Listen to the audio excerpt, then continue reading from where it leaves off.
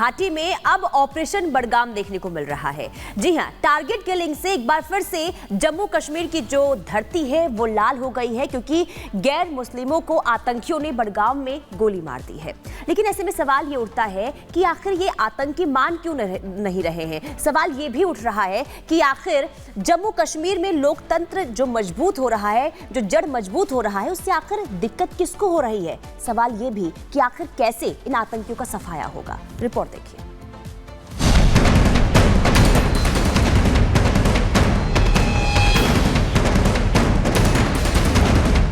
आखिर क्यों नहीं मान रहे आतंकी।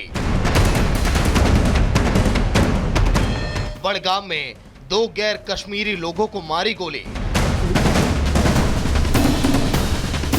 कश्मीर की धरती एक बार फिर हुई लाल।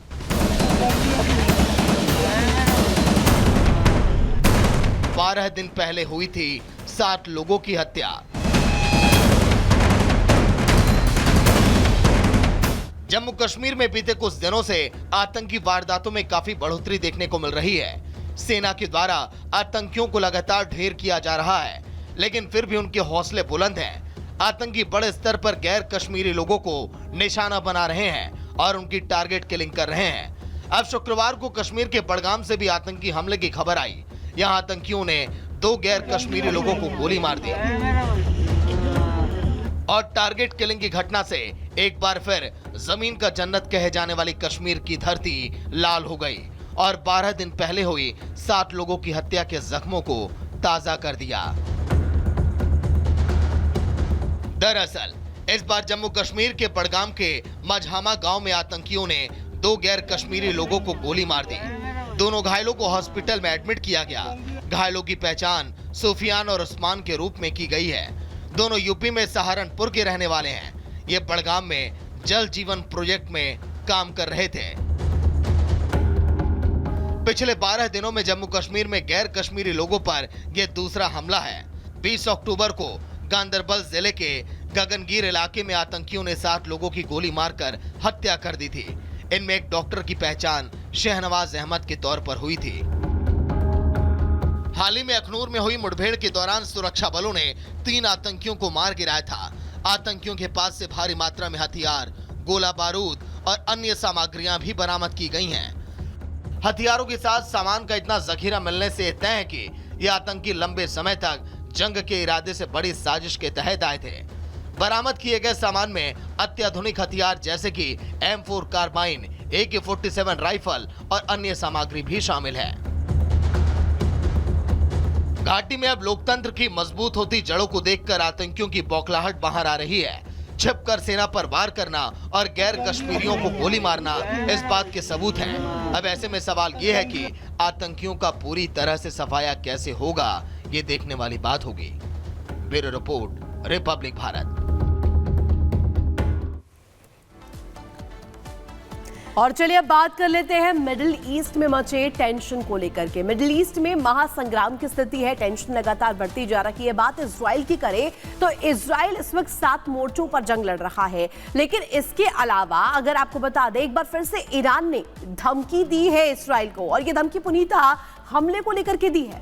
बिल्कुल, लेकिन धमकी दी गई है, लेकिन इजराइल जो है वो पीछे हटने वाला नहीं है। और यही वजह है कि अपनी सैन्य ताकत को मजबूत करने के लिए इजराइल की तरफ से अब सैन्य बजट जो है उसमें बढ़ोतरी कर दी गई है। अब ये बढ़ोतरी कितने की गई है और इसका फायदा जंग में किस तरीके से मिलेगा, आपको रिपोर्ट के जरिए दिखाते हैं।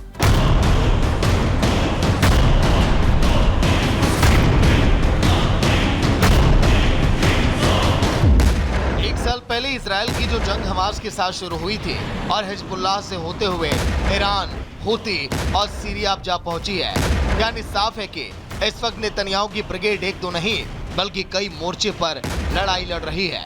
यानी हर दिन लाखों की गोला बारूद इजराइल बरसा रहा है। कभी गाजा में ड्रोन अटैक कर रहा है तो कभी हिजबुल्लाह को जड़ से खत्म करने के लिए मिसाइल और रॉकेट दाग रहा है।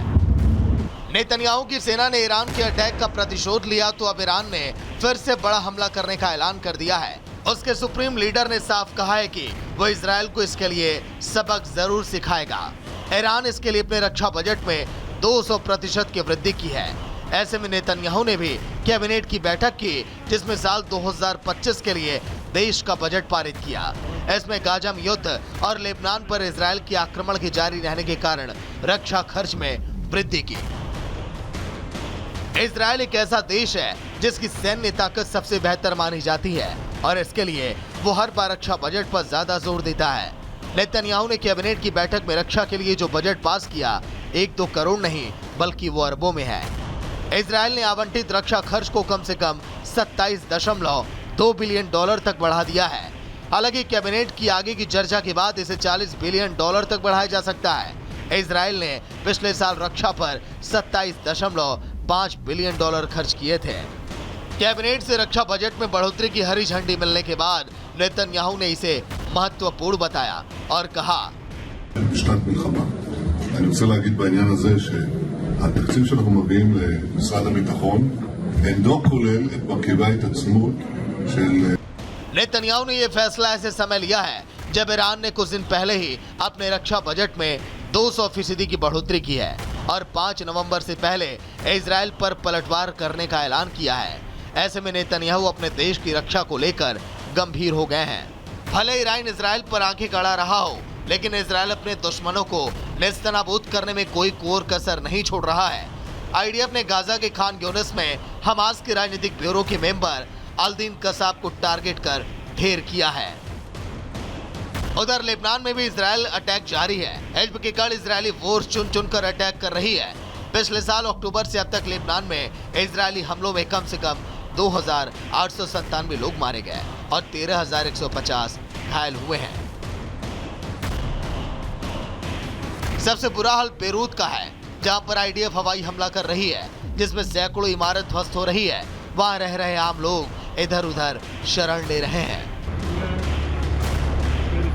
उधर हिजबुल्लाह भी इजरायल पर पलटवार कर रहा है। आतंकियों ने कई मोर्चों से इजरायली क्षेत्र की ओर 7 यूएवी लॉन्च किए, जिसे इजरायली एयरफोर्स के लड़ाकू विमानों, हेलीकॉप्टरों और हवाई रक्षा प्रणालियों ने रोक दिया। मिडिल ईस्ट में इस वक्त विनाश की पटकथा लिखी जा रही है, जिसकी शुरुआत तो हमास ने की थी, लेकिन जैसे जैसे ये कहानी आगे बढ़ रही है, कई और किरदार जुड़ते जा रहे हैं, जिसमें से कई के कैरेक्टर अपने आखिरी पड़ाव में हैं। लेकिन इस स्क्रिप्ट में ईरान नाम के किरदार के भड़कने पर मिडिल ईस्ट में महायुद्ध का संकट अब गहरा गया है और अगर जंग में ईरान ने प्रतिशोध लेना शुरू किया तो इसकी इज्जत में पूरी दुनिया को आने से कोई भी नहीं रोक सकता। Bureau report, Republic Bharat. आगे बढ़ेंगे और बात स्पेन की कर लेते हैं, क्योंकि स्पेन में हालात लगातार खराब होते हुए नजर आ रहे हैं। बाढ़ से वहां पर हाहाकार मचा हुआ है और लगातार मरने वालों की संख्या बढ़ती जा रही है। अब तक इस प्राकृतिक आपदा में 205 लोगों की जान चली गई है, जबकि बड़े पैमाने में लोग लापता हैं।